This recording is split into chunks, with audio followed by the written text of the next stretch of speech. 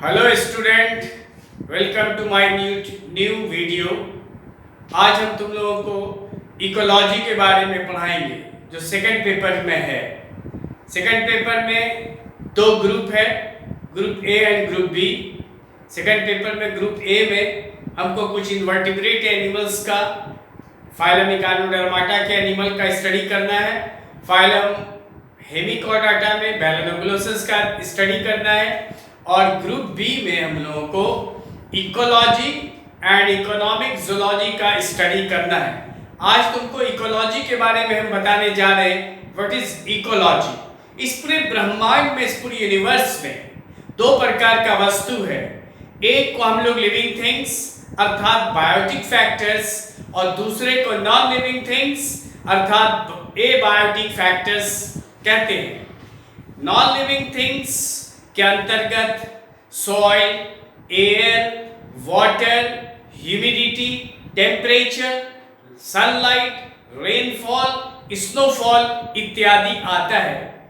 और biotic factors के अंतर्गत, लिविंग थिंग्स के अंतर्गत प्लांट्स, एनिमल्स, बैक्टीरिया, फंगस इत्यादि आता है। दोनों के बीच में बहुत गहरा डीप रिलेशनशिप है। इसी डीप रिलेशनशिप के अध्ययन को ही इकोलॉजी कहा जाता है। दो वर्ड से मिलकर बना है इकोस प्लस लोगस। इकोस के माने होता है ड्वेलिंग अर्थात आश्रय, रहने की जगह, और लोगस के माने अध्ययन, रहने की जगह का अध्ययन, दैट इज इकोलॉजी।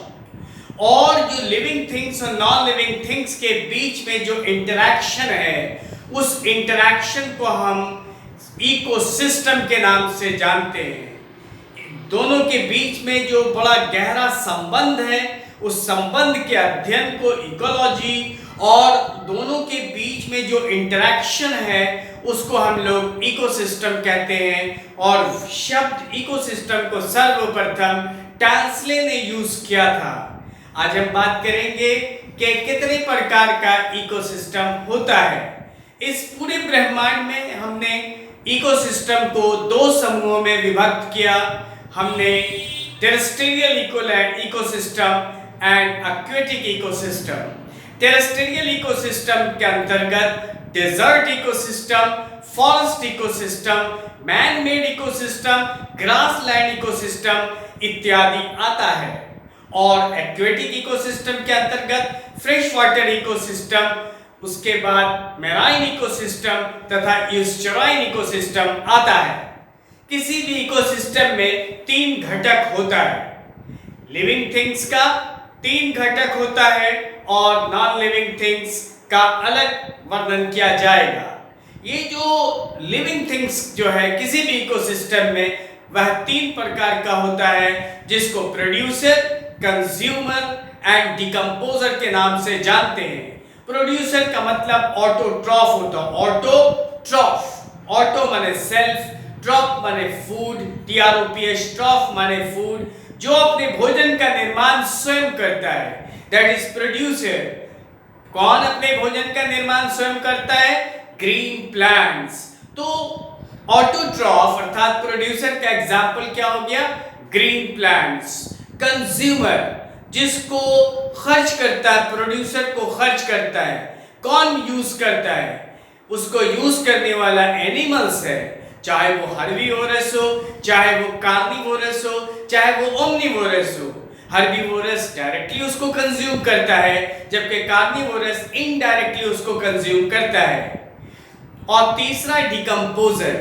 डिकम्पोजर के अंतर्गत बैक्टीरिया आता है, जिसका काम है डेथ और डिके के बाद उसका डिकम्पोजिशन करने के बाद पुनः वातावरण को लौटाने का कार्य करता है। इकोसिस्टम में या इकोलॉजी जो चैप्टर है, उसमें हमको अध्ययन करना है biotic and abiotic factors, number 1। Number 2, different types of ecosystem. Number 3, pollution. Number 4, wildlife conservation etc।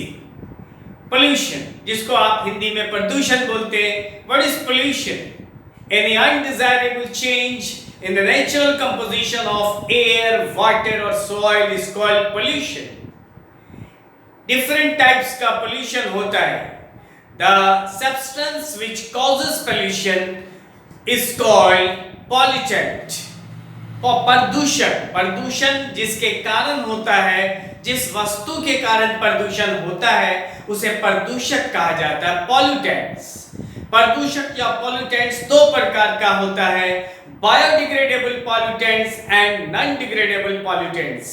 Non degradable pollutants का अर्थ हुआ जिसको यूज करने के बाद छोड़ दिया जाए तो वो वैसे ही रहेगा चाहे जो भी समय बीत जाए. लेकिन बायोडिग्रेडेबल पॉल्यूटेंट्स अर्थात जो अपने आप डिकम्पोज कर जाता है, डिग्रेड कर जाता है. आप उसको दूसरे ढंग से समझ सकते हैं. नॉन डिग्रेडेबल पॉल्यूटेंट्स के अंतर्गत अभी हम लोग फ्रीक्वेंटली यूज कर रहे हैं इंसेक्टिसाइड, पेस्टिसाइड.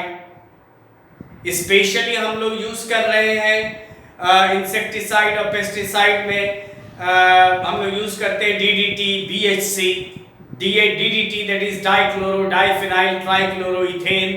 ये यूज करते हैं. इसके प्रति इंसेक्ट भागता है या इंसेक्ट की मृत्यु हो जाती है और मेरा प्रोडक्ट सुरक्षित रहता है. लेकिन ये फूड चेन और फूड वेब के माध्यम से फाइनली हमारे शरीर में अवश्य पहुंचता है.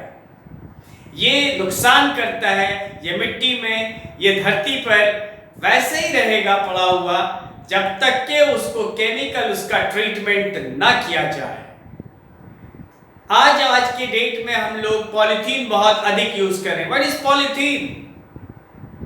इथीन का पॉलीमराइजेशन से बनता है इथेन, इथीन, मीथेन, मीथीन पढ़ा होगा आप लोगों ने.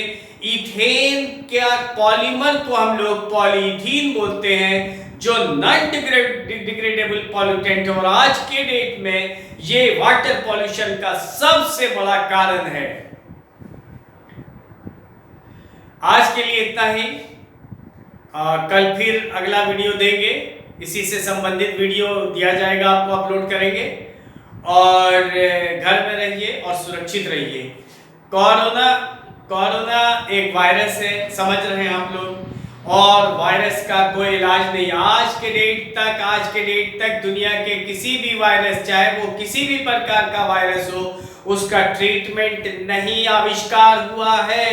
कोरोना तो बिल्कुल नया वायरस है. आपने पढ़ा भी होगा, कुछ वायरस के बारे में जरूर पढ़ा आपने. स्मॉल पॉक्स के वायरस के बारे में, उसके बाद कुत्ते के काटने से जो हाइड्रोफोबिया होता है वो भी एक वायरल इन्फेक्शन है. मम्स जो हो जाता है वो भी एक वायरल इन्फेक्शन है. और सबसे important AIDS, acquired immunity deficiency syndrome, it is also caused by a virus that is called HIV, human immunodeficient virus.